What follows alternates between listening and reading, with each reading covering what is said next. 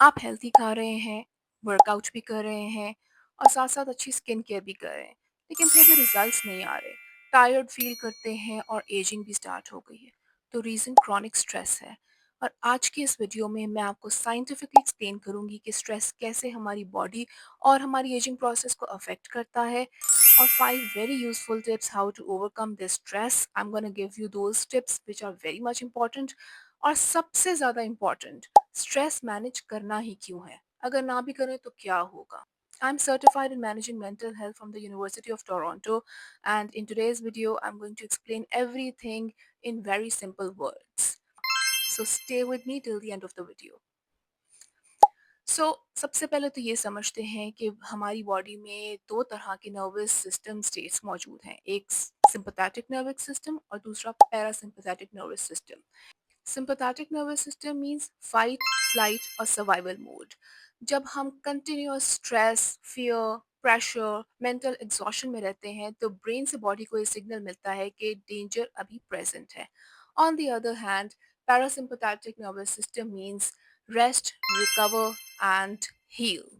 So in this system in this when this system is activated, तो हमारी body अच्छा feel करती है, डाइजेशन इम्प्रूव होती है।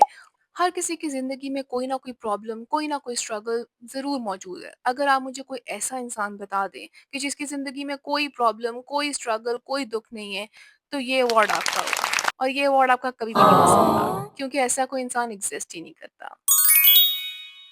हमारी ज़िंदगी में अचानक कुछ ऐसे मसले आ जाते हैं जिनका फ़ौरी तौर पर कोई सॉल्यूशन नज़र नहीं आता या फिर दूर-दूर तक भी कोई सॉल्यूशन नज़र नहीं आ रहा होता।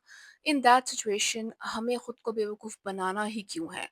जो मैं आपको कह रही हूँ कि अपने इट्स वेरी इंपॉर्टेंट कि सिम्पैथेटिक नर्वस सिस्टम से पैरासिम्पैथेटिक नर्वस सिस्टम में खुद को लाना ज़रूरी क्यों है? क्योंकि सॉल्यूशन तो हमें नज़र ही नहीं आया या अब तक हुआ ही नहीं।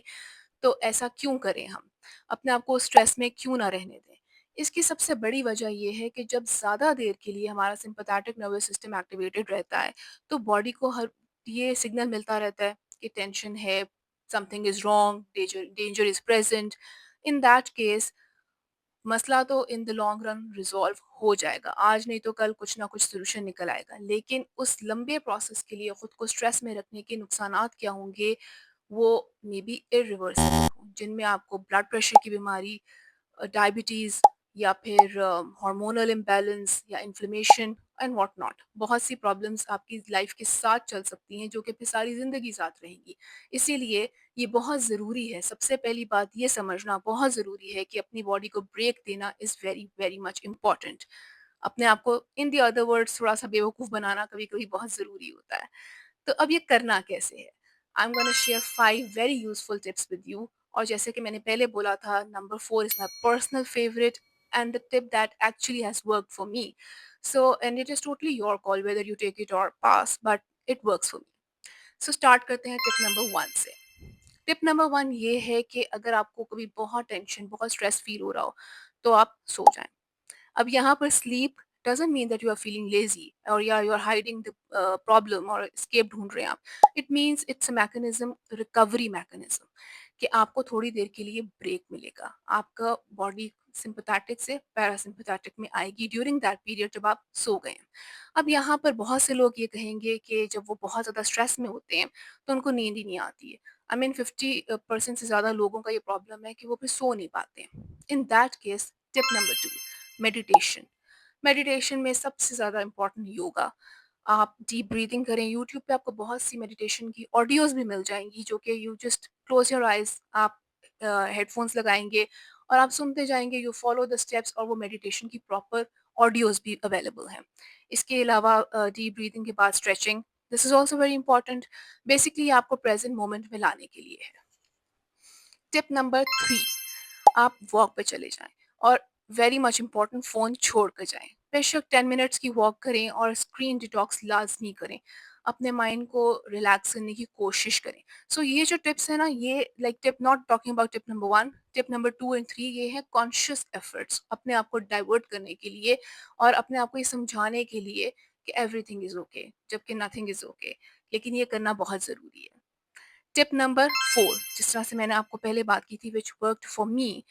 So basically what I do, कि जब मुझे ये दिस इज़ नॉट लाइक कि मैं 1 दफ़ा करती हूँ, 2 दफ़ा करती हूँ, ये मेरी एक रेगुलर रूटीन है और इसकी वज़ह से मैं बहुत से स्ट्रेस से बच जाती हूँ लाइफ़ में।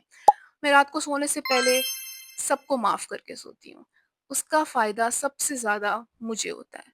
सो यू सी आपके दिन में बहुत सी ऐसी बातें होती हैं जो कि आपको बुरी लग जाती हैं। किसी ने आपसे ऐसी कोई बात की होती है जो आपको अच्छी नहीं लगती है या कुछ ऐसा हो जाता है जो आपको लगता है कि बहुत बुरा हुआ। लेकिन इन दैट केस जब आपने एक रूटीन अपना रिचुअल बनाया हुआ है कि आपने रात को सोने से पहले सबको माफ़ करके सोना है और इसमें सबसे ज़्यादा इम्पोर्टेंट ये है और भी ज़्यादा इम्पोर्टेंट जो चीज़ है कि जिससे आपको ज़्यादा प्रॉब्लम हुई है उसके लिए दुआ भी करके सोएँ, कि अल्लाह भी उसको माफ़ कर दे। तो इस चीज़ से आपको बहुत सुकून मिलेगा। सबसे ज़्यादा सुकून क्या मिलता है कि नाउ देयर इज़ नोबडी जिससे आपने रिवेंज लेना है, आपकी टेंशन खत्म।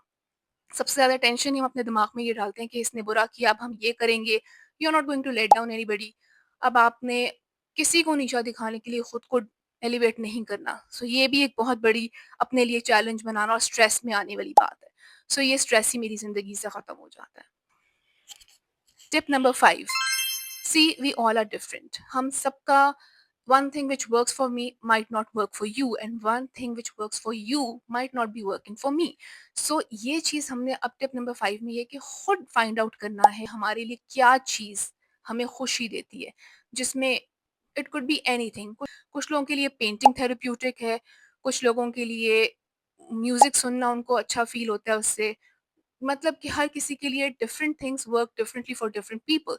सो आपने ये देखना है, फाइंड आउट करना है कि आपके लिए कौन सी चीज़ वर्क कर रही है, आपको कौन सी चीज़ करके थोड़ा सा अच्छा। इसमें कुछ लोग जो गेम्स खेलते हैं उनको उससे भी बेहतर फील होता है। अब यहाँ पे दिस इज़ वेरी इंपॉर्टेंट कि आपने ये नहीं करना कि आपने उस चीज़ को इतना ज़्यादा प्रोलॉन्ग वे में एक हैबिट बना लें और अपना टाइम वेस्ट करते रहें।